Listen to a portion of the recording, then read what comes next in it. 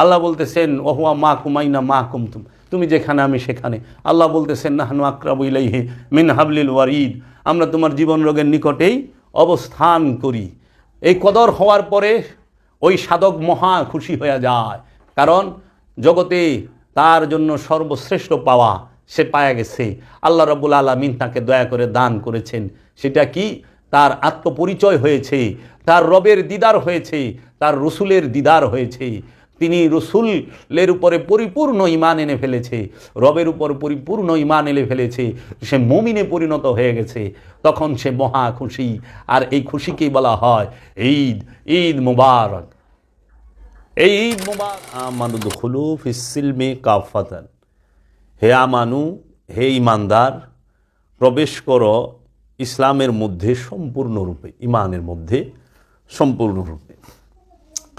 আবার কুরআনুল মাজিদে আল্লাহ রাব্বুল আলামিন বলতেছেন ইয়া আইয়ুহাল্লাযীনা আমানু তাকুল্লাহা হাক্কা তুকাতিহি ওয়ালা তামুতুন্না ইল্লা ওয়া আনতুম মুসলিমুন, হে আমানু, তুমি আল্লাহকে ভয় করো, ভয় করার মতো মুসলমান না হইয়া মারা যায়ও না। এখানে আমানুকেই বলা হচ্ছে যে তুমি ঈমানের মধ্যে প্রবেশ করো, পরিপূর্ণরূপে ইসলামের মধ্যে প্রবেশ করো। এবং আমানুকেই বলা হচ্ছে তুমি আল্লাহকে ভয় করো, ভয় করার মতো মুসলমান না হইয়া মারা যায়ও না। এখানে খুব লক্ষ্য করার বিষয়, আমানুকে আল্লাহ রাব্বুল আলামিন বলতেছেন উদখুলু ফিস সিলমি, তুমি পরিপূর্ণরূপে ইসলামের মধ্যে প্রবেশ করো। তাহলে আমানু কি ইসলামে প্রবেশ করে নাই? প্রশ্ন আসে না? না, আমানু যদি ইসলামে পরিপূর্ণরূপে প্রবেশ করেই থাকতো তাহলে আল্লাহ রাব্বুল আলামিন এই বাণী কখনোই বলতেন না, যে এই আদেশ কখনোই দিতেন না যে হে আমানু, তুমি ইসলামের মধ্যে পরিপূর্ণরূপে প্রবেশ করো।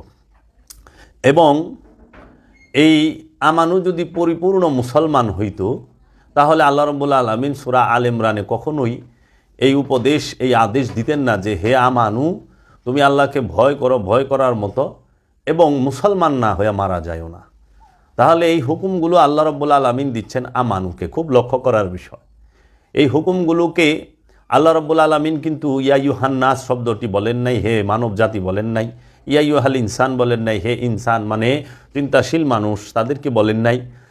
আল্লাহ রাব্বুল আলামিন বলেন নাই ইয়া আইয়ুহান নবী, হে নবী আপনি ইসলামে প্রবেশ করুন, কিংবা হে নবী আপনি মুসলমান না হয়ে মারা যায় না, নাউজুবিল্লাহি মিন যালিক। এই কথা আল্লাহ রাব্বুল আলামিন বলেন নাই।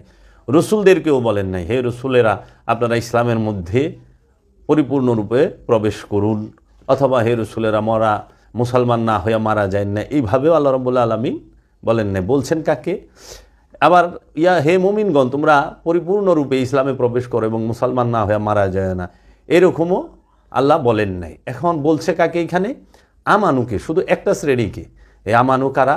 যারা রসুলের উপরে ঈমান এনেছে, রবের উপরে ঈমান এনেছে, রবের কিতাবের উপরে ঈমান এনেছে, রবের কিয়ামত দিবসের উপরে ঈমান এনেছে, ফেরেশতাদের উপরে ঈমান এনেছে, রবের সমস্ত বিষয়ের উপরে প্রাথমিকভাবে ঈমান এনে তাহারা রসুলের হাতে হাত রেখে বায়াত গ্রহণ করেছে, তাহাদেরকে। এখন আমাদের সমাজে এই বিষয়টা নিয়ে চর্চা নাই যে আমানু কাকে বলে, মুমিন কাকে বলে এবং মুসল্লি কাকে বলে। এই অধিকাংশ মুসলমানদের এই বিষয়গুলো, কোরআন দর্শনের বিষয়গুলো জানা নাই। যে আমানু শব্দের অর্থ কি, আমানু কাকে বলে, মুমিন শব্দের অর্থ কি, মুমিন কাকে বলে, মুসল্লি শব্দের অর্থ কি, মুসল্লি কাকে বলে, মুসলমান শব্দের অর্থ কি, মুসলমান কাকে বলে, মুসলমান কত প্রকার ও কী কী, এবং ধর্ম কাকে বলে এবং দিন কাকে বলে, দিন এবং ধর্মের মধ্যে পার্থক্য কী। আমাদেরকে আল্লাহ রাব্বুল আলামিন কোন বিষয়টি গ্রহণ করতে বলেছেন আর কোন বিষয়টি বর্জন করতে বলেছেন। কোরআনুল মাজিদে আল্লাহ রাব্বুল আলামিন বলছেন রসুলের দিনকে গ্রহণ করতে, আল্লাহর দিনকে গ্রহণ করতে, রসুলের দিনকে গ্রহণ করতে। এবং রসুল বলেছেন যে একমাত্র আজকে আমি আপনার দিনকে মনোনীত করলাম, ইয়াউমা আকমালতু লাকুম দীনাকুম। এই যে কোরআনের আয়াতটা নাজিল হয়েছে, রব্বুল আলামিন কোরআনুল মাজিদে এই আয়াতটি নাজিল করেছেন যে আমি আজকে আপনার দিনকেই একমাত্র পরিপূর্ণ দিন হিসেবে মনোনীত করলাম। তো সেই দিনটি কি? ইন্নাদ দীনা ইনদাল্লাহিল ইসলাম, একমাত্র রবের মনোনীত দিনই হচ্ছে ইসলাম। ইসলামে যে প্রবেশ করে তিনি মুসলিম। এই মুসলিম আর ইসলাম, ইসলাম শব্দের অর্থ আত্মসমর্পণ। এখন দিন শব্দের অর্থ কী, দিন কাকে বলে? আমরা আমাদের মূল বিষয় এগুলো জানা। ধর্ম এবং দিন এই দুইটার মধ্যে কি পার্থক্য? ধর্ম বলতে কি বোঝায়? ধর্ম কি গ্রহণের বিষয় না বর্জনের বিষয়? আমরা কি ধর্ম গ্রহণ করব না বর্জন করব? আমরা কি দিন গ্রহণ করব না বর্জন করব? সেই বিষয়ে আলোচনাটি আমাদের মূল।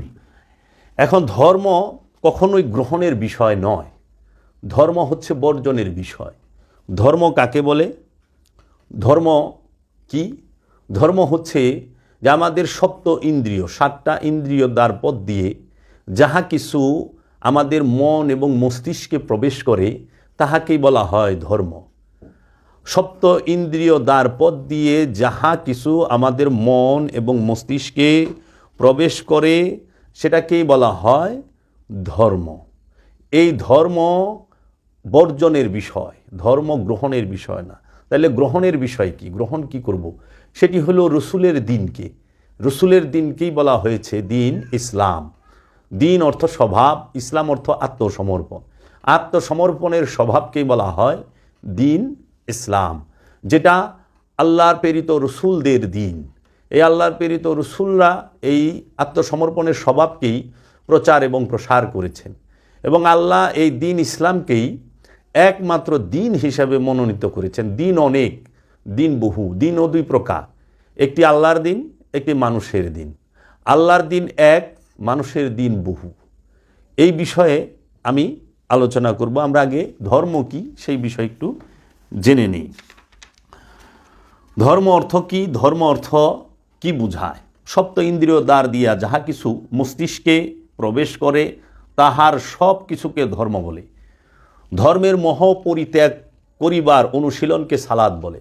ধর্মের মোহ পরিত্যাগ করবার অনুশীলনকেই বলা হয় সালাত, তথা সংযোগ, যোগাযোগ, প্রচেষ্টা। রসুলের সাথে সংযোগ এবং যোগাযোগ, প্রচেষ্টা। তাহলে সলাৎ কি? সলাৎ হচ্ছে ধর্মের মোহ পরিত্যাগ করিবার অনুশীলনকে সলাৎ বলে। সিয়াম অর্থ ধর্ম পরিহার বা পরিত্যাগ। সিয়াম, এই যে এখন মাহে রমাদান মাস, আজকে এই মাহে রমজান মাসে আমরা যে সিয়াম পালন করি, যা সিয়াম মানে বর্জন, সিয়াম মানে আত্মসংযম। সিয়াম আরবি শব্দ, সিয়ামের বাংলা হচ্ছে আত্মসংযম। ফার্সিতে সিয়ামকে বলা হয় রোজা। এই সিয়াম, রোজা, আত্মসংযম, এই আত্মসংযম মানে পরিত্যাগ করা, পরিহার করা। সিয়াম অর্থ ধর্ম পরিহার বা পরিত্যাগ, মানে সপ্ত ইন্দ্রিয় দ্বার পথ দিয়া আমাদের মন এবং মস্তিষ্কে যাহা কিছু প্রবেশ করেছে, লোভ, লালসা, কামনা, বাসনা, অহংকার, এই সমস্ত কিছুকে পরিত্যাগ করা, বর্জন করা যে অনুশীলন, তাহাকেই ওই পদ্ধতিটাই হইল কি? পরিত্যাগ করিবার অনুশীলন বা পদ্ধতি হইল সালাত। তো আমানু যিনি, তিনি সবসময় কি হন? রসুল ভক্ত একজন সাধক। আমানু কাকে বলে? যিনি রসুলের অনুসরণকারী সাধক। রসুলের অনুসারীকেই বলা হয় আমানু।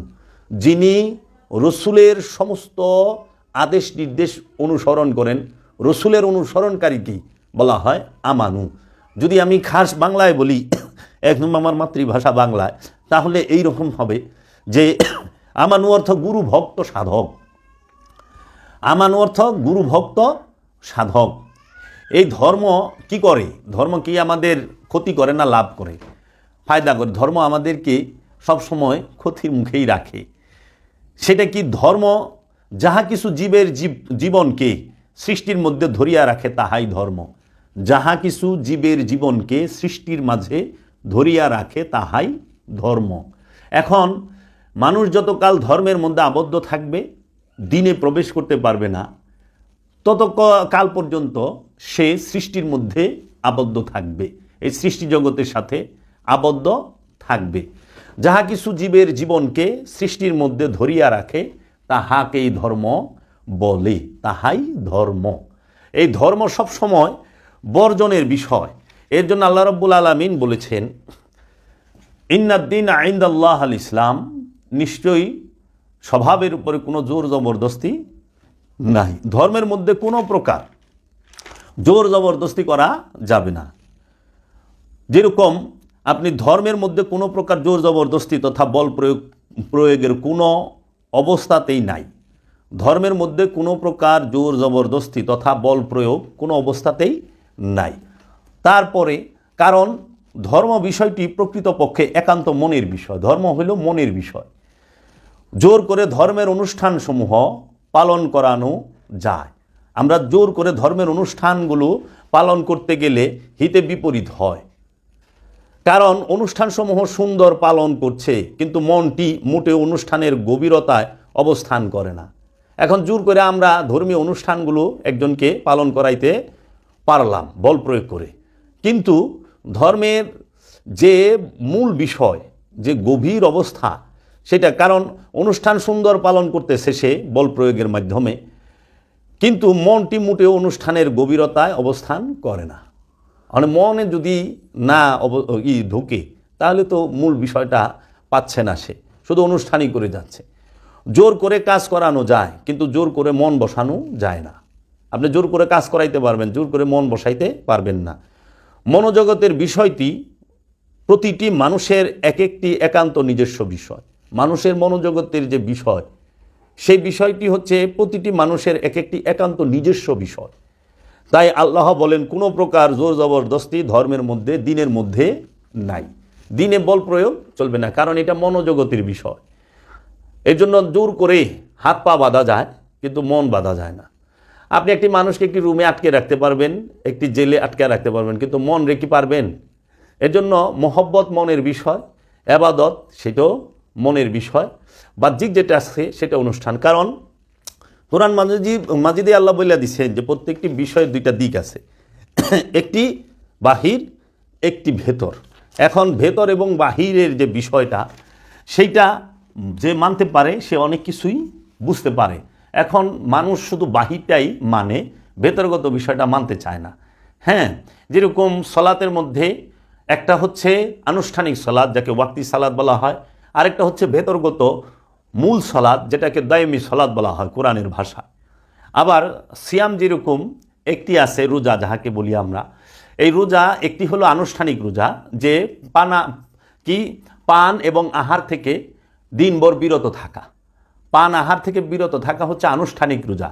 আর যাবতীয় কামাচার এবং পাপাচার, যত পাপ কর্ম এবং যত কামের কর্ম, আকাঙ্ক্ষার কর্ম, এগুলো থেকে বিরত থাকার নাম হচ্ছে হাকিকি রোজা, হাকিকি সিয়াম।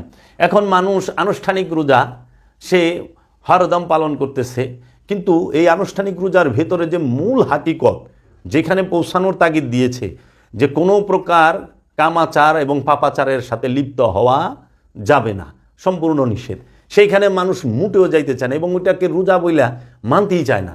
এবং মূল প্রাধান্য দেয় যে এই সারাদিন বড়া খাবার দাবার না খাওয়া, কোনো পানীয় পান না করা, সমস্ত কিছু থেকে বিরত থাকার নাম রোজার। সন্ধ্যার সময় আমরা যে আহার করি সেটাকে ইফতার বলি আমরা, এই রোজাটাকেই প্রাধান্য দেয়। এবং এই রোজাটা যদি কেউ অসুস্থতার কারণে অথবা অন্য কোনো কারণে পালন না করেন, তাহলে তার খবর আছে, সমাজের মানুষ তাকে লাঞ্ছিত করবে, বেজ্জতি করবে। কিন্তু দেখেন মূল যে সিয়াম সেটা কি? আত্মশুদ্ধির যে মূল সিয়ামটা, যেটা কামাচার এবং পাপাচার এবং কামাচার থেকে বিরত থাকা, সেই রোজা যে করে না তারে কিন্তু কেউ কিছু কয় না। এখন মানুষ যদি রোজার দিনে ভাত খায়, তারে ভিডিও করে খুব গালিগালাজ করে। রোজার দিনে দোকান পাশানে পর্দা টানা লাগবো কেন? অন্য লোক খাইলে রোজাদারের ডিস্টার্ব হয়, আবার এটার জন্য সরকারি আইন চায়। কিন্তু এই লোকগুলো কখনো বলে না যে একটা মার্কেটে, একটা রাস্তাঘাটে, একটা অফিস আদালতে, সেইখানে ঘুষ খাওয়া এবং ব্যবসার নামে জুলুম করা, যে 100 টাকার জিনিস বেচবো 110 টাকা রোজাদারে, সে 100 টাকার জিনিস বেচে 300 টাকা, 400 টাকা, এই যে জুলুমটা করে, এই জুলুমটা করা হারাম। এই জুলুম করার কারণে তাকে শাস্তি পেতে হবে, তাকে সমাজে লাঞ্ছিত করবে, তা করে না। করে কি? যে ভাত খায় নাই, ভাত খাইছে রোজার দিনে তারে। আমি এর মানে এইটা বলতেছি না যে আপনার আনুষ্ঠানিকতা ছেড়ে দেন, আনুষ্ঠানিকতা মানেন, কিন্তু মূলটা যেটা সমাজ সুন্দর থাকবে, সুস্থ থাকবে, সমাজের মানুষ তার মৌলিক অধিকারগুলো পাবে। আজকে দেখেন দ্রব্যমূল্যের এত ঊর্ধ্বগতি, মানুষ, গরিব মানুষের চলা মুশকিল হয়ে যাচ্ছে। এখন এগুলো কে করতেছে? আমারই ভাই, আমারই বোন, আমাদেরই আশেপাশের প্রতিবেশী, আশেপাশের মানুষ, আমারই দেশের মানুষ, আমারই মুসলমান ভাইয়েরা করতেছে কি? তারা চিনি মজুত করতেছে, তারা তেল মজুদ করতেছে, ডাল মজুদ করতেছে, ছোলা মজুদ করতেছে, খেজুর মজুদ করতেছে। অথচ মজুদকারীর শাস্তি হলো কোরআনের সবচেয়ে বড় বিষয়। এখন মজুদকারী রোজাদার হয়ে বয়ে রয়েছে। যে মানুষ মজুদ করতেছে সম্পদ, যে মানুষ খাদ্যদ্রব্য মজুদ করে কৃত্রিম সংকট তৈরি করতেছে, এখন সে বলে রোজাদার। যারা খাদ্য মজুদ করে, যারা কৃত্রিম সংকট ফেলায়, তাদেরকে তো সমাজের থেকে এক গইরা করতে দেখি না, এক গইরা করে না, সমাজ থেকে তাদেরকে বাইর করে না, তাদেরকে সমাজের মধ্যে সম্মানের জায়গায় রাখে। অথচ যেই ব্যক্তি এই পেটের ক্ষুধা সহ্য করতে পারে না, সে যদি খায়া ফেলায়, তারে সমাজ তুচ্ছ-তাচ্ছিল্য বলে। ঘুষখোরকে সমাজের মানুষ ঘৃণা করে না, ঘৃণা করে যে ভাত আর পানি খায়। বাবা, ভাত আর পানি খাওয়া হারাম না, ঘুষ খাওয়া হারাম। ভাত আর পানি খেলে রোজা ভাঙ্গে? কোনো দিনও না। এটা হলো মেজাজি রোজা, যেটা আনুষ্ঠানিক রোজা, আনুষ্ঠানিকতাটা করে নাই। কিন্তু রোজা ভাঙ্গে ঘুষ খাইলে, রোজা ভাঙ্গে সুদ খাইলে, রোজা ভাঙ্গে অহংকার করলে, রোজা ভাঙ্গে মজুদ করলে, রোজা ভাঙ্গে যে ওজনে কম দেয় ওজনে কম দিলে, রোজা ভাঙ্গে মিথ্যা বললে, রোজা ভাঙ্গে। রোজা হালকা হয় যখন মানুষ অনুষ্ঠান পালন করে কিন্তু মানুষের মৌলিক অধিকার কাইরা নেয়। মানুষ বাংলাদেশে আমরা সবাই রোজার নামাজ করি, কিন্তু এখনও বাংলার জমিনে মানুষ ডাস্টবিনের খাবার উঠায় খায়। এত অভাব বাংলাদেশে কিন্তু নাই, স্বভাব খারাপ তার জন্য। তাহলে আমাদের এই রোজায় কী লাভ হচ্ছে? এই আপনার সলাতে কী লাভ হচ্ছে? কারণ সলাত ফরজ, আল্লাহর হুকুম। সলাত আল্লাহর হুকুম ফরজ, সিয়াম আল্লাহর হুকুম ফরজ, অবশ্যই করতে হবে। সলাত শব্দের অর্থ রসুলের সাথে সংযোগ এবং যোগাযোগ প্রচেষ্টা, রবের সাথে সংযোগ এবং যোগাযোগ প্রচেষ্টা। সিয়াম শব্দের অর্থ আত্মসংযম। যারা আত্মসংযম করে তাদের সাথেই রসুলের সাথে সংযোগ এবং যোগাযোগ হয়, রবের সাথে সংযোগ এবং যোগাযোগ হয়। আর এই সলাত এবং সিয়াম পালন করলে এটার একটা ফিডব্যাক আছে, মানে এইটার পরিবর্তে সলাতেরও একটা আছে, কর্ম আছে, এবং আপনি যে সলাৎ কায়েম করছেন সেটার একটা রেজাল্ট আছে। এখন দেখেন, আমরা যারা সলাৎ করি, এবাদত আমরা করলাম, নামাজ পড়লাম, আমার কর্মটা তো আমি কমপ্লিট করলাম, কিংবা আমার যে দায়িত্ব, আমার প্রতি যে আদেশ, সেটা আমি পূরণ করলাম। কিন্তু সলাতের একটা ওয়াদা আছে সলাতির প্রতি। আল্লাহ বলছে কোরআনে, ইন্না সলাতা তানহা আনিল ফাহশাই ওয়াল মুনকার, নিঃসন্দেহে এই সলাত যাবতীয় ফাহেসা থেকে, পাপ কর্ম থেকে তোমাকে বিরত রাখবেই। এই সিয়াম সকল প্রকার পাপ থেকে বিরত রাখবে। তা আমরা যারা আনুষ্ঠানিকতা করতেছি, আনুষ্ঠানিক সলাৎ করতেছি, দায়মি সলাৎ করতেছি, আমাদের যে দায়িত্বটা, আমাদের যে কর্মটা, আমাদের যে অনুশীলনটা, সেটা তো আমরা করতেছি, কিন্তু এর যে বিপরীতে একটা রেজাল্ট, ফিডব্যাক আসবে সলাতের থেকে, যে সলাত আমাকে পাপ থেকে সরাই দিবে, সেটা কিন্তু হচ্ছে না। সেটা হচ্ছে না, কারণ বাংলাদেশে অনেক মসজিদ, অনেক মাদ্রাসা, অনেক দরগা, এবং বাংলাদেশে সবচেয়ে বেশি মানুষ নামাজ পড়ে। কিন্তু মানুষ দিন যাচ্ছে দুর্নীতিগ্রস্ত হচ্ছে, মানুষ দিন যাচ্ছে মনুষ্যত্ব হারায় ফেলতেছে, মানুষ মনুষ্যত্বকে ধরে রাখতে পারতেছে না। তাহলে আল্লাহ যে বলল, ইন্না সলাতা তানহা আনিল ফাহশাই ওয়াল মুনকার, নিঃসন্দেহে এই সলাৎ যাবতীয় পাপ থেকে বিরত রাখবেই। তাহলে আমি তো সলাৎ করলাম, মসজিদে যায় নামাজ পড়লাম, দরগায় যায় নামাজ পড়লাম, মাজারে যায় নামাজ পড়লাম, মাঠে যায় নামাজ পড়লাম, ইজতেমায় যায় নামাজ পড়লাম, কিন্তু নামাজের যে একটা ফিডব্যাক আছে, যেমন নামাজের যে একটা রেজাল্ট আছে, ফল আছে, কি নামাজ পাপ থেকে বিরত রাখবে, সে তো রাখতেছে না। এখনও আমাদের সমাজে আমরা চাপায় দাঁড়িয়ে রাখা, মাথায় টুপি পইরা, নামাজ পইরা, ভেজাল মাল বেশি, বাসি খাবার বেশি, খাবারের মধ্যে মরণের রং দেই, মাছের মধ্যে ফরমালিন, দুধের মধ্যে ফরমালিন, খাবারের মধ্যে বিষ মিলাই আমরা একটু লাভের জন্য। আমরা নিজেরাই নিজেদেরকে হত্যা করার জন্য খাবারে বিষ মিলাই থুই, ফলের মধ্যে বিষ মিলাই, আমরা ওজনে কম দেই, আমরা ঘুষ খাই, সুদ খাই, আমরা সমাজের মধ্যেও বিভিন্ন ফ্যাসাদ সৃষ্টি করে দিতেছি। সত্য বলে না তো? তাহলে কোরআনকে কোরআন মানি মুখে মুখে। কোরআন আমরা মনে করি কোরআনের আরবি পড়লে সওয়াব, কোরআনের আরবি পড়লে সওয়াব আছে, কিন্তু কোরআনকে নিজের জীবনে কোরআন যা বলেছে, যে আদেশগুলো দিয়েছে, সে আদেশগুলো মানতে পারলে তখন যা হবে, কোরআন নিজের নফসের উপরে তাফসির করতে হবে, তখন যে আমরা রেজাল্ট পাবো। এজন্য আমরা নামাজ পড়ি, কিন্তু নামাজ আমাদের কর্ম আমরা করি, কিন্তু নামাজের যে রেজাল্ট সেটা কিন্তু আমাদের পাচ্ছে না। নামাজ আমাদেরকে পাপ থেকে বিরত রাখতেছে না। আপনি যা দেখেন, 5 ওয়াক্ত নামাজ পড়ে, সব করে, কিন্তু দুর্নীতিগ্রস্ত। এমন কোনো জিনিস অপকর্ম নাই করতেছে না, সম্পদ জমা করতেছে। এখন তো এমন হয়েছে, এলাকার সবচেয়ে বড় সম্পদ জমাকারী, মানে সয় সম্পদ জমা করছে, যে জায়গা জমি জমা করছে, সে হয় মসজিদের সভাপতি, সে হয় মসজিদের সেক্রেটারি। অথচ কোরআন বলছে সম্পদ জমাকারীর জানাজায় যাইবা না। সম্পদ জমাকারীকে আল্লাহ রসুল বলছে হাদিসে যে সম্পদ জমাকারীর জানাজায় যাইবা না, সম্পদ জমাকারীকে সালাম দিবা না, সম্পদ জমাকারী জাহান্নামী, তাকে হুতামা জাহান্নামে ফালাই দেওয়া হবে। যে এতিমের হক মাইরা খাইছে তার সে দিন থেকেই বাদ। অথচ এতিমের হক মাইরা যে খাইছে, আত্মীয় স্বজনের হক যে মাইরা খাইছে, এবং যে সম্পদ জমায়া পাহাড় করে ফেলাইছে, হ্যারে আমরা বানায় দিছি কি মসজিদের সভাপতি। এবং সবচেয়ে বড় আশ্চর্যের বিষয় হলো এই সম্পদ জমাকারী আবার নিজে একটা মসজিদ বানায়, সম্পদ জমাকারী মসজিদ বানায়, এ মনে করে মসজিদে হেরে পার করে দিব। কখনোই না। যদি কেউ আত্মীয় স্বজনের অথবা কাহারও হক মাইরা থাকে বিন্দু পরিমাণ, যে পর্যন্ত ওই হক ফেরত না দিবে জীবনও জান্নাতে যাবে না। তাহলে সিয়াম কি? সিয়াম কাকে বলে? আমরা সিয়াম সম্পর্কে আমাদের একটু ধারণার প্রয়োজন। সপ্ত ইন্দ্রিয় দ্বার দিয়া যাহা কিছু মস্তিষ্কের দিকে আসে, তাহার প্রত্যেকটি বিষয় এক এক করিয়া হিসাব মতো বর্জন করিবার পদ্ধতির নাম সিয়াম। আমাদের সপ্ত ইন্দ্রিয় দ্বার দ্বারা, সপ্ত ইন্দ্রিয় কি? এই চোখ, কান, নাক, মুখ। এক দুই মানে মুখ, নাক, নাকের দুই ছিদ্র, মুখ, এলো তিন। দুই চোখ, তিন চার পাঁচ, দুই কান ছয় সাত। এই মুখ, নাক, চোখ, কান, ইহা ধারা বাহির থেকে এই সপ্ত ইন্দ্রিয় দ্বারপথ, মানে এই রাস্তাটা দিয়ে বাইরের থেকে যে বিষয়গুলো আমাদের মনে এবং মস্তিষ্কে স্মৃতিতে জমা হয়, সেগুলোকে এক এক করিয়া হিসাব মতো বর্জন করা, প্রত্যাখ্যান করা, ডিলিট করা, বের করে দেওয়ার পদ্ধতির নাম হইল সিয়াম। এই সিয়াম যদি পালন করতে পারেন তাহলে আমরা সব দিকে মানুষ হইতে পারবো। এখন আমাদের দেশে আলেম উলামা কমতি নাই, আমাদের দেশে নেতার কোনো কমতি নাই, আমাদের দেশে সভাপতি সেক্রেটারির কোনো কমতি নাই, আমাদের দেশে শিক্ষিতের কোনো কমতি নাই, আমাদের দেশে জ্ঞানীগুণীর ভাষণ দেনেওয়ালারও কমতি নাই। আমাদের দেশে একটা জিনিসের কমতি আছে, সেটা হলো আমাদের দেশে শোনার মানুষ নাই। আমাদের দেশে মনুষ্যত্ব জাগ্রত মানুষগুলো সংখ্যা খুবই কম। মানুষ শোনার মানুষ আছে, কিন্তু সংখ্যা খুবই কম। এই শোনার মানুষগুলোর জন্যই বোধহয় এই দেশটা যাই হোক একটু উন্নত হচ্ছে, কিংবা এই দেশে এখনও সত্য বলা যায়, এই দেশে সত্য এখনও জীবিত আছে, যদিও সত্য আইসিইউতে আছে।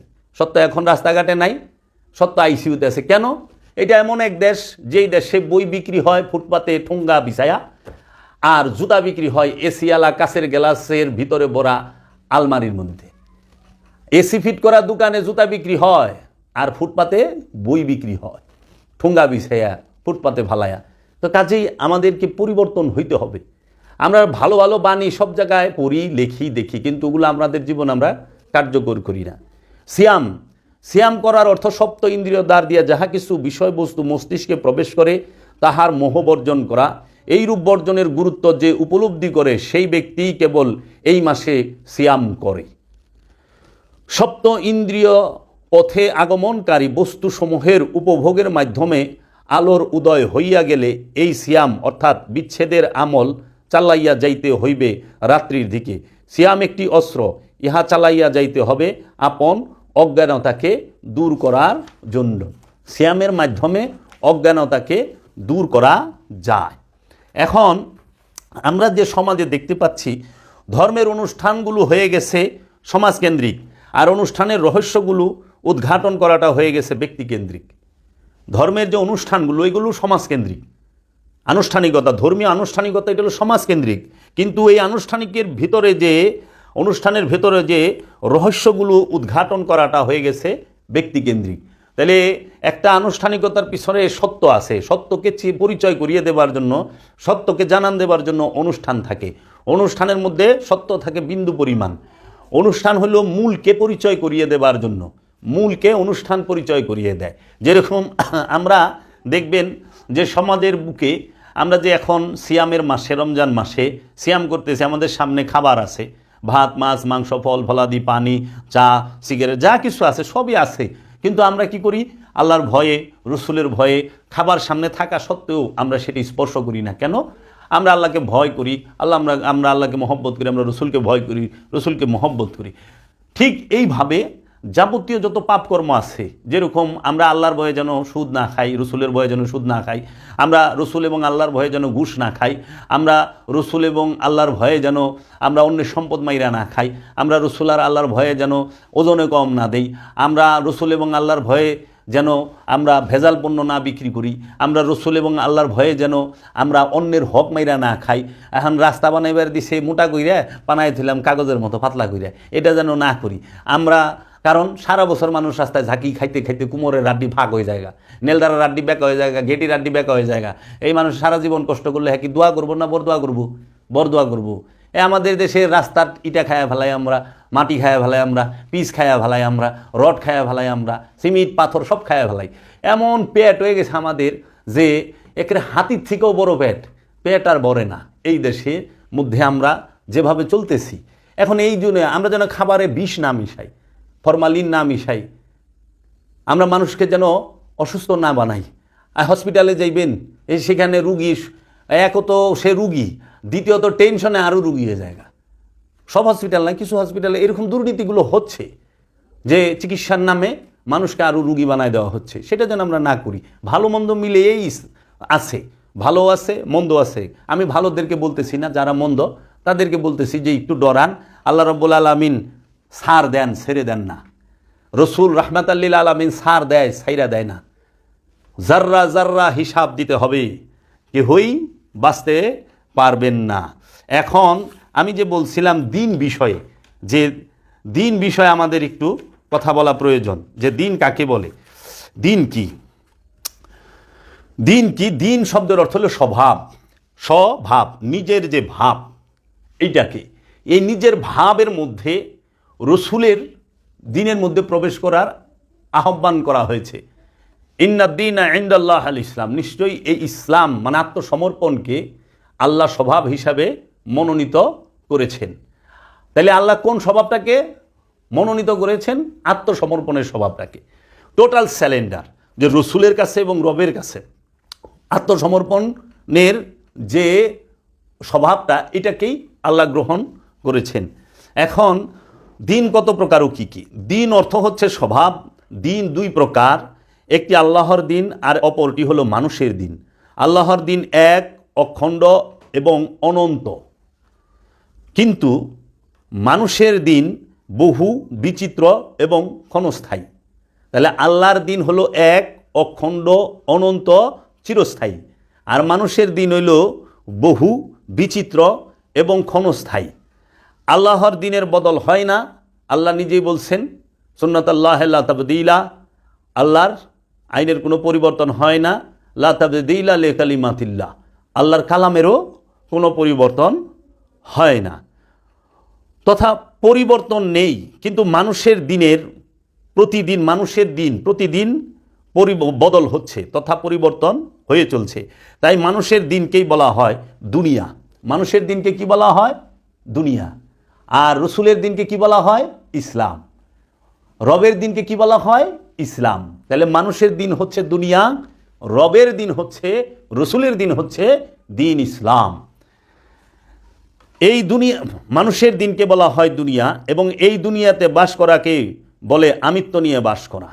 এই দুনিয়াতে বাস করাকেই বলা হয় আমিত্বকে নিয়ে বাস করা। এখন দুনিয়া কি বা কাকে বলে? এই দুনিয়া মানুষের মনের ভেতরে একটি নিজস্ব বানানো অবস্থা, যা জীবিত অবস্থায় ফেলে দিতে না পারলে মৃত্যু নামক ঘটনা দিয়ে ফেলে দিতে একদিন বাধ্য করবে আল্লাহ রব্বুল আলামিন। এই দুনিয়া ফেলতেই হবে। দুনিয়া নিয়া আল্লাহর সম্মুখে দাঁড়ানো যায় না, যাবে না। এখন আল্লাহ এর জন্য বলছে তোমরা মুসলমান না হইয়া মারা যায়ও না। রসুলও হাদিসে বলছে মুসলমান না হইয়া কবরে আইসো না। কেন? তোমাকে এই দিন দুনিয়া ছাড়তেই হবে। এর জন্য আল্লাহ কোরআনেও বলছে, তাগিদ দিয়েছে, কুল্লু নাফসুন যায়কাতুল মাউত, প্রত্যেক নফস একবার মৃত্যুর স্বাদ গ্রহণ করবে। মানে প্রতিটা নফস সারা জিন্দিগিতে একবার, যতবার আসবে যাবে, শুধু একবার তাকে কি হবে? দুনিয়ার মরণের স্বাদটা, আমিত্ব ত্যাগের স্বাদটা গ্রহণ করতে হবে। এই আমিত্বটাকেই বলা হয় দুনিয়া। এই দুনিয়ায় বাস করা যাবে না যদি আমিত্ব ত্যাগ আমরা না করি, দুনিয়ারে নিয়েই থাকি। আল্লাহ সিস্টেম রাইখা দিছে, একটা মরণ দিব, মরণ দিয়া দুনিয়াটাকে সরাই দিব। ওই যে এজন্য বলছে কিয়ামতে দুনিয়া ধ্বংস হবে। দুনিয়া হলো আরবি শব্দ, আর্দ আরবি শব্দ। আর্দ অর্থ পৃথিবী অথবা দেহ, আর্দ অর্থ পৃথিবী অথবা দেহ, আর দুনিয়া অর্থ এই মনের সৃষ্ট কল্পনা। আল্লাহ কিয়ামতটা ঘটাইবই হইল দুনিয়ার উপরে। মানে আপনার মনের মধ্যে যত প্রকার কামনা বাসনা আশা আকাঙ্ক্ষা যা জিলায় রাখছেন, জমায় রাখছেন, মরণ দিয়া সমস্ত কিছু তছনছ করে দিব, ধ্বংস করে দিব। আপনার চ্যাপ্টার ক্লোজ। তখন কেউ ইন্না লিল্লাহি ওয়া ইন্না ইলাইহি রাজিউন, বাস যাও। এখন আমরা এই সিয়াম যে পালন করব, সিয়ামের মূল উদ্দেশ্য কি? আত্মসংযম করা, নিজের নফসকে সংযম, নফস সংযম করবে কিসে থেকে? কামনা বাসনা থেকে, এই যাবতীয় কামাচার পাপাচার থেকে নফস বিরত থাকবে। সিয়ামের মূল উদ্দেশ্য এবং লক্ষ্য কি? সিয়ামের মূল উদ্দেশ্য এবং লক্ষ্য হইল, কুরআনুল মাজিদ আল্লাহ বলেছেন, খান্নাসরূপী শয়তান সে 19 প্রকার ধোঁকা দেয়। খান্নাসরূপী শয়তান 19 প্রকার ধোঁকা দেয়, 19টি হাতিয়ার আছে। এই 19 প্রকার ধোঁকাকে সম্পূর্ণরূপে বর্জন করার নামই হলো সিয়াম। সিয়ামের মূল দর্শনটাই হলো এই 19 প্রকার ধোঁকা থেকে মুক্তি নাও, মুক্ত হওয়া। সিয়ামের মূল দর্শন এই শয়তানের 19 প্রকার ধোঁকার থেকে মুক্ত হওয়ার অপর নামই হতে আত্মসংযম। সেই 19 প্রকার ধোঁকা কি? কোরআনের ভাষায় আল্লাহ রাব্বুল আলামিন বলতেছেন, উদিলান্না অমান্নিয়ান্না ইয়ানজাগান্না নাজাগুন আদাওয়াতা বাগদা আসিয়া আজনান মারিদিন ওয়াসওয়াসা ইয়াফতিনান্না তামান্না আলকা উলকি ফিতনাতান ইয়াইদুকুমুল ফাকরা মুরুকুম বিল ফাহেশা ইয়াদু আসহাবিস সাঈর কাইদা ইয়ানজাগা হামাজাত। এর বাংলা হচ্ছে এই 19 প্রকারের কি? পথ হারা করা। প্রথম ধোঁকা পথ হারা করা, পথ হারা করে দিব। রসুলের পথে, সিরাতাল মুস্তাকিমের পথে আপনাকে চলতে দেবে না খান্নাসরূপী শয়তান। সে বিপথে নিয়ে যাইব, সে আপনারে গাঠির পথে নিয়ে যাইব, মালের পথে নিয়ে যাইব, বিদ্যার পথে নিয়ে যাইব। আর এগুলা পড়ো সিরাতাল মুস্তাকিম, ওলি আল্লাহ মাইনা কি করবা, নবী রসুল মাইনা কি করবা? এর জন্য কোরআন আল্লাহ বলছে, তারা তাদের মৌলবী এবং দরবেশ যারা আছে তাগো তাদের প্রভু বানায় নিছে। অলির কথা উচ্চারণ করে নাই ওই আয়াতে, রসুলের কথা উচ্চারণ করে নাই, নবীর কথা উচ্চারণ করে নাই, কিন্তু মৌলবী সাব্য কথা ঠিকই উচ্চারণ করছে। এর লেগে অনুসরণ করতে হবে রসুলকে, ওলিয়ে কামেলকে। পথ হারা করা 1। 2 নাম্বার হইল কামনা বাসনা তুলে ধরা। 3 নাম্বার হইল কুমন্ত্রণা দেওয়া। 4 নাম্বার প্ররোচিত করা। 5 নাম্বার শত্রুতা। 6 নাম্বার ঘৃণা। 7 নাম্বার অবাধ্য। 8 নাম্বার বিপদগামী। 9 নাম্বার বিতাড়িত বিদ্রোহী। 10 নাম্বার কুমন্ত্রণা দেওয়া, ওয়াসওয়াসা দেওয়া। 11 নাম্বার প্রলুব্ধ করে। 12 নাম্বার নিক্ষেপ করে কামনা বাসনা। 13 নম্বর ফেতনা নিক্ষেপ করে। 14 নম্বর দারিদ্রতার দিকে ফিরিয়ে দেয়। 15 নম্বর তোমাদের হুকুম করে ফাহেসার সাথে। 16 নম্বর প্রজ্বলিত আগুনের অধিবাসী হবার জন্য শয়তানে ডাকে। 17 নম্বর চক্রান্ত করে। 18 নম্বর এককে অন্যের উপরে লেলিয়ে দেয়। 19 নম্বর পরনিন্দা করা, প্ররোচনা দেওয়া, খোঁচা মারা। তো এখন এই 19 প্রকার ধোঁকা থেকে নিজেকে সম্পূর্ণরূপে বিরত রাখার অপর নামই হচ্ছে সিয়াম তথা রোজা। এখন আমি নিজে বিচার করি, দেখি তো আমি কি অলি আল্লাহ এবং রসুলের পথে আসি? আমি কি আমানু, নাকি আমি নিজের ইচ্ছামতো এবাদত করি? আল্লাহ বলছে, যাহারা নিজের ইচ্ছামতো রবের এবাদত করতে চায় তাহারা নিজের ইচ্ছামতো, যারা নিজের ইচ্ছায় চলে যারা, তাহারাই শয়তান। নিজের আপন প্রবৃত্তিতে চলার নামই হচ্ছে শয়তানের দাসত্ব করা। তো নিজের ইচ্ছায় চলা যাবে না, এবাদত করতে হবে রসুলের ইচ্ছায়, এবাদত করতে হবে মুর্শিদের ইচ্ছা মতন। এখন মুর্শিদ হইতে হবে অলিয়া কামেল, অহানে যে না হ্যাঁ পীর হয়ে যাবো গা, তা চলবো না। আবার অলিয়া কামেলের নিশানি আছে, নিদর্শন আছে, আমার কাছে আইবেন, আমি কই দিম। এই কয়টা থাকবে, গুণ থাকবে আল্লাহর অলির কাছে। আল্লাহর অলি আরবি জানুক চাই না জানুকে তাহে যায় না, কিন্তু আল্লাহর অলি সেই আত্মশুদ্ধি করার ফর্মুলা জানতে হইব। দায়মি সালাত কারে কয়, দায়মি সালাত জানতে হইব। একজন মানুষ যখন আরবি লাইনে পড়ে আলেম হয়, সে যেরকম ওয়াক্তি সালাতের মাসলা মাসাইল সমস্ত কিছু জানে, ওয়াক্তি সালাতের যত সুন্নত ফরজ মুস্তাহাব নফল এগুলো যখন জানে, তখন তাকে একজন মসজিদের ইমাম নিয়োগ দেওয়া হয়। ঠিক আল্লাহর ওলি দায়মি সালাত কি, দায়মি সালাত কীভাবে করতে হয়, দায়মি সালাতে কীভাবে দাঁড়াইতে হয়, দায়মি সালাতে কীভাবে কামিয়াব হইতে হয়, সেই শিক্ষাটা যে দিতে পারে সে ওলি। এখন পিসাবি জীবনে দায়মি সালাত করে নাই, সুন্দর একটা টুপি পিনছে, পাঞ্জাবি টাঞ্জাবি পিনছে, একটা সেই রকম মহল বানাইলো, পিসাব হয়ে গেলো, কিছু মৌলবি সাহেব রাখলো, গজল টজল গাইলো সুন্দর করে, বাস হয়ে গেল। এই গজলের সাথে ফকিরির কোনো সম্পর্ক নাই, কিংবা মারেফতি কথা, মারেফতি গান, এই গভীর তাত্ত্বিক আলোচনা এগুলোর মধ্যেও নাই। সুফিবাদ হলো সত্য দর্শন, সত্যকে দেখা, সত্যকে দেখা। তাই আল্লাহর ওলিরা তাহারা আপনার পিছনের এবং সামনের অনেক বিষয় বলে দিবে, আপনার করণীয় কি সেটি বলে দিবে।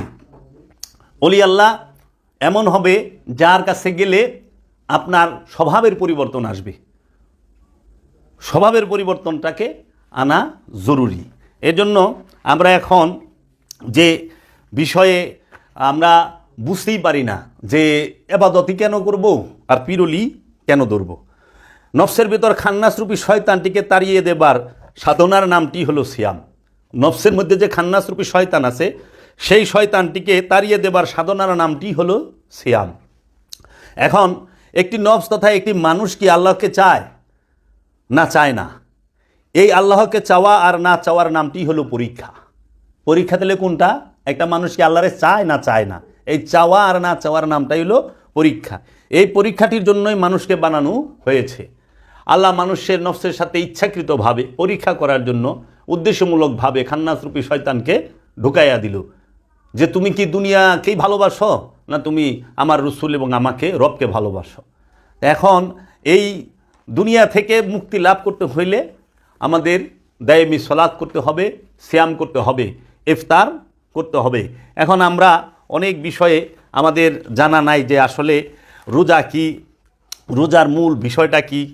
হ্যাঁ, রোজা এবং এই যে মেজাজি এবং হাকিকি দুইটা দিক যা আছে, মানুষ এটা জানেই না। রোজারও দুইটা দিক, একটা মেজাজি একটা হাকিকি। মেজাজি রোজাটা হলে আমরা ভোরবেলা উঠে আজানের, ফজরের আজানের আগে উঠে আমরা কিছু খাবার খাই, এটাকে সেহেরি বলি। আমরা সেহেরি পাকাই, সেহেরি খাই আর সারাদিন পান এবং আহার থেকে বিরত থাকি। আবার সন্ধ্যার সময় আমরা ইফতার করি, ইফতারে আমরা পান এবং আহার করি। এখন সেহেরি তো হারাম খাওয়া যাব না, ইফতারও হারাম খাওয়া যাব না। এখন যারা মনে করেন হ্যাঁ সম্পদ জমা করেন কিংবা সুদ খান, ঘুষ খান কিংবা অন্যের হক মাইরা খান, আপনি হারাম টাকা দিয়া হালাল গুস্ত কিনাই না রোজার সেহেরি খাইলেন। এই হারাম খাইয়া আপনি সারাদিন রোজা রাখলেন, আবার এই হারাম টাকা উপার্জন করিয়া হারাম অর্থ দিয়া আপনি সন্ধ্যার সময় যাইয়া চকবাজার থেকে একদম ঢাকার ইফতার আনলেন। বড় বাপের পোলায় খায়, মামুর বেটায় খায়, তালই সাহেবের বেটায় খায়। হ্যাঁ, এই যে কুপ্তা কাবাব, জালি কাবাব, সুতি কাবাব, বটি কাবাব, ফুরলি পেঁয়াজু যা কিছু আনলেন, এইগুলা যে খাইলেন, আপনি তো হারাম উপার্জন দিয়া সেহেরি খাইতেছেন হারামের টাকায়, আবার হারামের টাকা দিয়ে আপনি ইফতারও করতেছেন। আমি সবাইরে কই না, যারা খান তাকেও কইতেছি। তাহলে আপনি হারাম খাইয়া রোজা থাকেন যায়? রোজাই তো হারাম দিকে স্মরণের লিগে। এখন আপনি ঘুষের টাকা দিয়ে হালাল গুস্ত খুঁজেন তো কেমনি হইব? আবার দোকানে যায় কনে মুরগি কি বিসমিল্লাহ করে জব করছস, মাথা কোন দিকে আসিল, গরু বিসমিল্লাহ করে জব করছস, সহি শুদ্ধভাবে টাকা লয়ে গেছেন পকেটে হারামের। নয় অন্যের হক মারা টাকা, নইলে পরে সুদের টাকা, ঘুষের টাকা, নয় আত্মসাতের টাকা। বুঝি না, সবাইকে ফাঁকি দেওয়া যাবে, রসুলকে ফাঁকি দেওয়া যাবে না। সবাইকে ফাঁকি দেওয়া যাবে, রব্বুল আলামিনকে ফাঁকি দেওয়া যাবে না। সবাইকে ফাঁকি দিতে পারবেন, নিজেরে ফাঁকি দিতে পারবেন না। ধরা তো নিজের কাছে খায়া বয়া রইছেন। একটু বিবেক দিয়ে চিন্তা করেন। এখন আমরা যে বিষয়টি বলতে চাই যে এই হাকিকি এবং মেজাজি বিষয়টি, যে আনুষ্ঠানিক রোজা এবং মূল রোজা, শরীয়ত সমাজকেন্দ্রিক কিন্তু মারেফত ব্যক্তিকেন্দ্রিক, বিজ্ঞান শিক্ষা সমাজকেন্দ্রিক কিন্তু বিজ্ঞানী হওয়া ব্যক্তিকেন্দ্রিক। বিজ্ঞানের বড় বড় ডিগ্রি নিলেই যেমন বিজ্ঞানী হওয়া যায় না, সেই রকম শরীয়ত মারেফতের উপর পড়াশোনা করলেই, বড় বড় ডিগ্রি নিলেই মারেফতের অধিকারী অলি, দরবেশ, পীর, ফকির হওয়া যায় না। বিজ্ঞানী হওয়ার মধ্যে যেমন কোনো প্রকার শর্ত থাকে না, সেই রকম আল্লাহর অলি হওয়ার মধ্যেও কোনো শর্ত নাই। তাই তো কোরআনে আল্লাহ বলেছেন ইউতি মাইয়া শাও, অর্থাৎ দান করা হয় যাকে খুশি তাকে। আল্লাহ যাকে খুশি তাকে তার খাস রহমত দান করে। আল্লাহ বলছেন উলকির রোহা, আমরা রু নিক্ষেপ করি, ইউতি মাইয়া শাও, যাকে খুশি তাকে। এখানে সিলেকশন। তাই রোজার মূল দর্শনটি যে কি, আল্লাহকে ছেড়ে এই যে রোজা আর ইফতারের বিষয়টি, আল্লাহকে ছেড়ে এই সব বিষয়ের প্রতি খেয়াল ও ফিকির করা এবং আবার কিয়ামতের ভয়, বেহেশতের আশা করা এবং আখেরাতের বিষয়টি ফিকির করা, এই সবগুলো বিষয় রোজার হাকিকি তথা আসল রোজা নষ্ট তথা বরবাদ করে দেয়। আসল রোজা বরবাদ হয়ে যাবো গা যদি রোজার ভিতরে এই খেয়াল থাকে। রোজা রাখলে কিয়ামতের ভয়, বেহেশতের আশা, দুজকের ভয়, হ্যাঁ, এবং এগুলো নিয়ে চিন্তা ভাবনা রোজাকে নষ্ট করে। আসল রোজাটি সঠিক হবে কখন? রোজার হাকিকি তখনই সঠিক হবে যখন বান্দা আল্লাহ ছাড়া অন্য সবগুলো বিষয় দিল থেকে তথা অন্তর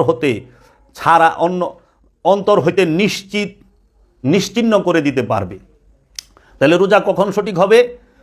রোজার হাকিকি তখনই সঠিক হবে যখন বান্দা আল্লাহ ছাড়া অন্য সবগুলো বিষয় দিল থেকে তথা অন্তর হতে নিশ্চিহ্ন করে দিতে পারে, এমনকি গায়রুল্লাহর এলেম পর্যন্ত থাকে না, এবং সব রকম উমিদ মানে আশা ও ভয় ভীতি আপন হৃদয় হতে, দিল হইতে, কলব হইতে দূর করে দিতে পারে। তখন রোজার হাকিকত আসবে। মেজাজি রোজা কি? এই মেজাজি রোজার দ্বারা কি লাভ হয়? আল্লাহর রসুল হজরত উমর রাদিয়াল্লাহু তাআলা আনহুকে বলতেছেন, হে উমর, সাধারণ মানুষ যে রোজা রাখে তা হাকিকি তথা আসল রোজা নয়, কারণ ইহাতে শুধু পানাহার ও জুমা থেকে পরহেজ থাকে, পানাহার এবং গুনাহ থেকে পরহেজ থাকে। সাধারণ মানুষের রোজাটিকে মেজাজি রোজা বলে জানিও। এই মেজাজি রোজা দ্বারা আসরারে এলাহি মানে খোদার রহস্যের জ্ঞান হাসিল হয় না। মেজাজি রোজাটি একমাত্র জাহিরি সুরতে সীমাবদ্ধ। এই মেজাজি রোজা হাকিকত বিষয়টিতে কিছুই বুঝতে পারে না, বরং অন্ধকারে থেকে যায়। এই মেজাজি রোজা দ্বারা গায়রুল্লাহর পরিত্যাগ সম্ভব হয় না। মেজাজি রোজা দ্বারা কখনোই আপনি গায়রুল্লাহকে পরিত্যাগ করতে পারবেন না, তাগুতকে পরিত্যাগ করতে পারবেন না, খান্নাস মুক্ত হইতে পারবেন না। এটা আল্লাহর রসুল বইলা দিছেন হজরত উমর রাদিয়াল্লাহু তাআলা আনহুকে। এবং এই বাণীগুলো আমি যে বলতেছি সেটি হচ্ছে সুলতানুল হিন্দ খাজা বাবার মক্তবাতে খাজা থেকে নেওয়া, খাজা বাবার লিখিত বাণী, খাজা বাবার বাণী, খাজা গরিবে নেওয়াজের বাণী। এই কিতাব এটি আপনি পাবেন বাবা জাহাঙ্গীরের লিখিত সুফিবাদ আত্মপরিচয়ের একমাত্র পদ 4 খণ্ডের মধ্যে। এরূপ জাহিরি ও মেজাজি রোজা দ্বারা এটুকু লাভ হতে পারে যে গরিব, দুঃখী ও মিসকিনদের দুঃখ ব্যথা সম্মুখভাবে উপলব্ধি করা যায়, এবং তাতে তাদের প্রতি সাহায্যের হাত বাড়িয়ে তাদের অভাব কিছুটা লাঘব করা যায়। দিওয়ানে মঈনুদ্দিন, পৃষ্ঠা নাম্বার 437, খাজা গরিবে নেওয়াজের লেখা কিতাবে। যারা দেহ মন হতে আপন সত্তার ভেতর খান্নাসরূপী শয়তানটিকে বিচ্ছিন্ন করে দিতে পেরেছেন তারাই কামিয়াব হয়েছেন। রোজা 6 রিপুর মাধ্যমে যাহা মন এবং মগজে বাসা বাঁধতে থাকে, উহাই একটি একটি করে হিসাব করে বর্জন করে দেবার সাধনার নামটি হলো সিয়াম। আপন নফসের সঙ্গে যে খান্নাসরূপী শয়তানটিকে জড়িয়ে দেওয়া হয়েছে, উহা লোভ, মোহ, মাৎসর্য, কাম, ক্রোধ এবং অহংকার নামক আবর্জনা, যা মানুষকে সঠিক পথ হতে বিচ্ছিন্ন করে দেয়। তাই এই ষড়রিপুর বন্ধনটিকে সম্পূর্ণরূপে উপড়িয়ে ফেলার জন্য সিয়াম একটি উপযুক্ত এবং সুন্দর মাধ্যম। সিয়ামের দ্বারা লোভকে অন্তর থেকে উপড়িয়ে ফেলতে হবে। সিয়ামের দ্বারা অহংকারকে, হিংসাকে, কামনাকে, বাসনাকে, মোহকে সম্পূর্ণরূপে অন্তর থেকে উপড়িয়ে ফেলা সম্ভব। এই আপনি বাবা জাহাঙ্গীরের লিখিত যে একটি কিতাব আছে রোজা ও ইফতার, সেখান থেকে আপনি এই বাণীগুলো পাবেন। হাকিকতে সিয়াম ও ইফতার কাকে বলে এবং কি? নিজের নফসের সঙ্গে খান্নাসরূপী শয়তানটিকে বর্জন করার নামটিই হলো সিয়াম, আর বর্জনের প্রথম মুহূর্তটিকে বলা হয় ইফতার। ইফতার কাকে বলে? আমি আবার বলতেছি, নিজের নফসের সঙ্গে যে খান্নাসরূপী শয়তানটিকে বর্জন করার নামটি হলো সিয়াম। আপন নফসের সাথে খান্নাসরূপী শয়তানটিকে বর্জন করার নামই হলো সিয়াম। আর এই বর্জন করার যে প্রথম মুহূর্তটি, তাহাকেই বলা হয় ইফতার। তাহলে মেজাজি ইফতার কি আর হাকিকি ইফতার কি? আপনি দেখেন রোজার মধ্যে আমরা মেজাজি অনুষ্ঠানে সেহেরি আগে, ইফতার পরে, কিন্তু হাকিকত হলো ইফতার আগে তারপরে সেহেরি। হাকিকি দর্শন কি সিয়ামের? সিয়ামের হাকিকি দর্শনের মূলটি মেজাজিটা সবাই জানে। মেজাজি দর্শনে, মেজাজি বিষয়টিতে প্রথমে সেহেরি, তারপরে ইফতার, প্রথমে সেহেরি, তারপরে রোজা, তারপরে ইফতার, তারপরে তারাবি, হ্যাঁ, তারপরে আমরা দেখি যে জাকাত দেয়, তারপরে কদর হয়, তারপরে ঈদ হয়। আর হাকিকতে হইল সর্বপ্রথম একজন সাধক সে কি করবে? সালাতকে কায়েম করবে। আপনি যদি সিয়াম পালন করতে যান, সর্বপ্রথম সালাতকে কায়েম করতে হবে এবং জাকাতকে আদায় করতে হবে। সালাত প্রতিষ্ঠা হয়ে গেছে, জাকাত আদায় হয়ে গেছে। জাকাত আদায়ের সঙ্গে সঙ্গে আগে করতে হবে ইফতার, ইফতারের পরে সেহেরি, সেহেরির পরে হয় কদর, ইফতারের পরে সেহরি, সেহরির পরে কদর, কদরের পরে বাকি সারা জীবন সিয়াম। আমি এখন একটা একটা কইরা এর হাকিকি বিষয়টা আপনাদের সামনে বলুম। এখন আমরা দেখি মেজাজিতে যে সর্বপ্রথম আমরা রাত 3টার দিকে উঠে ভোরবেলা মানে ফজরের আগে খাবার দাবার আহার করি। আমাদের সেহেরি শেষ সময় থাকে, হ্যাঁ, আগে সেহেরি করি, পরে রোজা সারাদিন, তারপরে সন্ধ্যা মাগরিবের পরে সূর্য ডোবার পরে ইফতার, ইফতারের পরে আমরা তারাবি করি। এখন এই সারা জীবন আমরা জানলাম না যে ইফতার শব্দের অর্থ কী, সেহেরি শব্দের অর্থ কী, আমরা জানলাম না জাকাত শব্দের অর্থ কী, আমরা জানলাম না সলাৎ শব্দের অর্থ কী। হ্যাঁ, এই বিষয়ে বেশিরভাগ যেরকম সলাৎ, সলাৎ আরবি শব্দ, সলাতের ফার্সি নামাজ, বাংলা হইল রসুলের সাথে সংযোগ এবং যোগাযোগ প্রচেষ্টা, রবের সাথে সংযোগ এবং যোগাযোগ প্রচেষ্টা। সলাতের বাংলা হলো সংযোগ এবং যোগাযোগ প্রচেষ্টা। জাকাত শব্দের অর্থ কি? জাকাত শব্দের অর্থ হলো পবিত্রকরণ, আপন নফসকে পবিত্র করা, জাক্কা করা, পবিত্রকরণ। যখন একজন সাধক আমিত্ব পরিত্যাগ করে তখন তার জাকাত হয়ে যায়। এর জন্য সলাৎ, আপনি সিয়াম করতে গেলে সর্বপ্রথম রসুলের সাথে এবং রসুলের সাথে সংযোগ যোগাযোগ প্রচেষ্টা করতে হবে, তারপরে জাকাত দিতে হবে। মানে আমিত্ব, নিজের যে নফস সেটাকে পবিত্র করতে হবে, জাক্কা করতে হবে। জাক্কা কেমনে করবেন? আপনার মধ্যে যে আমির সাথে আমিত্ব আছে, আমির সাথে আমারটাকে সরিয়ে দিতে হবে, উৎসর্গ করতে হবে, আমিত্ব পরিত্যাগ করতে হবে। আমিত্ব পরিত্যাগের নাম জাকাত। যেই মুহূর্তে আপনি আমিত্বকে পরিত্যাগ করছেন, জাকাত হইছে, সঙ্গে সঙ্গে আপনি ইফতার করার উপযুক্ত হয়ে গেছেন। কারণ খান্নাস মুক্তিকেই বলা হয় ইফতার। খান্নাস হতে মুক্ত হওয়ার নামই হচ্ছে ইফতার। খান্নাস রূপী শয়তান মানে যাবতীয় যে রিপুগুলো থেকে মুক্তি হওয়ার নামই হচ্ছে ইফতার করা। এর জন্য আল্লাহর রব্বুল আলামিন এবং আল্লাহর হাবিব বলেছেন যে কি, যে যত তাড়াতাড়ি ইফতার করতে পারে সেই বান্দা আমার কাছে তত প্রিয়। যে বান্দা যত তাড়াতাড়ি ইফতার করতে পারে সে বান্দা আমার কাছে তত প্রিয়। রোজা তথা সিয়াম আমার জন্য, সিয়ামের পুরস্কার আমি আল্লাহ নিজে। এর জন্য রসুলের হাদিসের মধ্যে যে বললো যে যত তাড়াতাড়ি ইফতার করতে পারে সে আল্লাহর কাছে তত প্রিয়, এটা তো মেজাজ ইফতারের সাথে যায় না। কারণ মেজাজ ইফতার আপনি সকালে সেহরি খাইছেন, দুপুরবেলায় আপনি ইফতার করা শুরু করলেন, তা তো হবে না। কিন্তু হাকিকির সাথে যায়, যত তাড়াতাড়ি শয়তান মুক্ত হইতে পারে, কামনা বাসনা মুক্ত হইতে পারে, এই শয়তানের 19 প্রকার ধোঁকা হইতে মুক্ত হইতে পারে, সে আল্লাহর কাছে তত প্রিয়, সে আল্লাহর বন্ধু, সে আল্লাহর নিকটবর্তী, সে আল্লাহর কুরবত হয়ে যায়, নিকটবর্তী হয়ে যায়। এর জন্য আল্লাহ বলছে অতি দ্রুত ইফতার করো। তাহলে ইফতার কি? খান্নাস মুক্তি লাভ করা। ইফতার হয়ে গেলেই সেহেরি। সেহেরি শব্দের অর্থ কি? সেহেরি শব্দের অর্থ হচ্ছে আত্মবল। আত্মবল, নফসের নিজের যে শক্তি, সেই আত্মবলে বলিয়ান হওয়া। আত্মবলে বলিয়ান হইলে কি হয়? তারে আর খান্নাসরূপী শয়তান কখনো কুমন্ত্রণা, ধোঁকা দিতে পারে না। এই যে আমরা দেখি না সমাজে যে অপকর্ম হয়, অনেক সময় দেখি বড় বড় সুরে গোদরে সুরেরা বলে যে আমি করি নাই, আসলে বুঝতে পারি নাই, আমাকে শয়তান করিয়েছে। আচ্ছা, আমরা যখন দেখি যে এই বাসে, লঞ্চে কিংবা কোনো প্রতিষ্ঠানের মধ্যে রেপ করে, হ্যাঁ রেপ করে, তখন তারে ধরলে শুনি সোজা একটা কথা কয়, দেখেন আমি তো করি নাই, আমাকে শয়তানে করিয়েছে। আবার আমরা দেখি সমাজে বলৎকারও হয়, যখন পুলিশের ধরে কোর্টে দাঁড়ায় তখন উনি দেখি সাক্ষাৎকার দিতেছে, আমি তো করি নাই, শয়তানের ধোকায় পড়ে করেছি, শয়তান আমাকে করিয়েছে। তো এই যে বিষয়গুলো করে নফস তখন আত্মবলে বলিয়ান থাকে না, দুর্বল থাকে। এর জন্য সেহেরি করতে হবে। সেহেরি মানে হচ্ছে আত্মবল, আত্মবলে বলিয়ান হওয়া। খান্নাস আর কুমন্ত্রণা দিতে পারবে না। যখনই আপনি আত্মবলে বলিয়ান হয়েছেন তখনই আপনার হবে কদর। কদর, কদর কি? আত্মদর্শন। আত্মবলে বলিয়ান হওয়ার পরে কদর হবে, আত্মদর্শন হবে। আত্মদর্শন কি? আপনার এই নফসের উপরে আল্লাহ রূহ নাজিল করবে। এই নফসটা রুহের মহানূরের মাঝে ফানা হয়ে যাবে। তাই সূরা কদরে আল্লাহ বলতেছেন তানাজ্জালুল মালাইকাতি ওয়ার রূহ। তানাজ্জালু আমরা নাজিল করি, মালাইকাতি সমস্ত ফেরেশতাদেরকে, ওয়া রূহ এবং রূহকে। কোথায়? এই নফসের এইখানে। নফস তখন রুহের মহানূরে ডুবা যায়, নফস আর নিজেরে খুঁজা পায় না, যেদিকেই তাকায় আইনামা তুওয়াল্লু ফাসাম্মা ওয়াজহুল্লাহ, যেই দিকে এসে দেখে আল্লাহ ছাড়া কিছুই দেখে না। আল্লাহ নিজে বলতেছে ইন্নী কারিবুন, নিশ্চয়ই আমি তোমার নিকটেই আছি। আল্লাহ বলতেছেন ওহুয়া মা কুমাইনা মা কুমতুম, তুমি যেখানে আমি সেখানে। আল্লাহ বলতেছেন নাহনু আকরাবু ইলাইহি মিন হাবলিল ওয়ারিদ, আমরা তোমার জীবন রোগের নিকটেই অবস্থান করি। এই কদর হওয়ার পরে ওই সাধক মহা খুশি হয়ে যায়, কারণ জগতে তার জন্য সর্বশ্রেষ্ঠ পাওয়া সে পায়া গেছে। আল্লাহ রাব্বুল আলামিন তাকে দয়া করে দান করেছেন। সেটা কি? তার আত্মপরিচয় হয়েছে।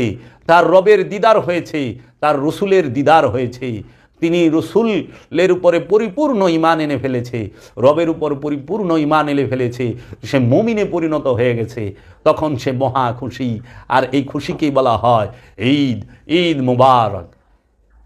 এই ঈদ মুবারক, এর জন্য সিয়াম হচ্ছে আত্মসংযমের জন্য, আত্মসংযমের মাস। আমরা যেন পেট সংযমের মধ্যেই সীমিত না থাকি, দেহ সংযমের মধ্যেই সীমাবদ্ধ হয়ে না থাকি। আমরা দেহ সংযম করতেছি, পেট সংযম করতেছি, আমরা কিন্তু রিপুকে দমন করতে পারতেছি না। আমরা লোভ লালসা হিংসা কামনা বাসনা থেকে বিরত থাকতে পারতেছি না। রোজার মাসে উচিত ছিল সমস্ত দ্রব্য মূল্যের দাম কমবে, কারণ বিক্রি বেশি। এখন উল্টা হয়ে গেছে, সব জিনিসের দাম এমনভাবে বাড়ায় দিছে, উত্তর সোজা। এক কথায় সংক্ষিপ্ত প্রশ্নের সঠিক উত্তর কি? চাহিদা বেশি, এজন্য দাম বৃদ্ধি হয়েছে। ও তাই নাকি? তাহলে আমিও আহ্বান জানাবো আমরা যেন একটুই থাকি, বিরত থাকি। সেদিন তরমুজ কিনতে গেলাম, 800 টাকা তরমুজের দাম চায়। 11 মাস তরমুজ খাই নেই, তাতে কী হয়েছে? এই 1 মাসও খাইলাম না, বাসুম না? বাসুম তো বন্ধ করে দেন না, একটু রাখেন শিক্ষা দেবার জন্য, চিরতরে না, শিক্ষা দেবার জন্য মজুদ করে। 15 দিন বন্ধ রাখলে দেখবেন তরমুজ একাই বয়ে বেয়ে খাওয়া লাগবো শরবত বানায়া। একটু সংযম হন, একটু কষ্ট করেন, শিক্ষা দেওয়া যাবে মজুদকারীও। তো কাজেই আমরা যেন সিয়ামের মূল দর্শনটিকে নিজের জীবনে ফুটিয়ে তুলতে পারি। আমরা যেন শুধু অনুষ্ঠানের মধ্যে সীমাবদ্ধ হয়ে না থাকি। আর যারা অনুষ্ঠান করেন তাহারা নিজেকে তো অনেক বড় মনে করতেছেন। আসলে অনুষ্ঠান হলো সত্যকে পরিচয় দেওয়ার জন্য, পরিচয় করিয়ে দেওয়ার জন্য। অনুষ্ঠানের মধ্যে বিন্দুমাত্র সত্য আছে কিনা সন্দেহ।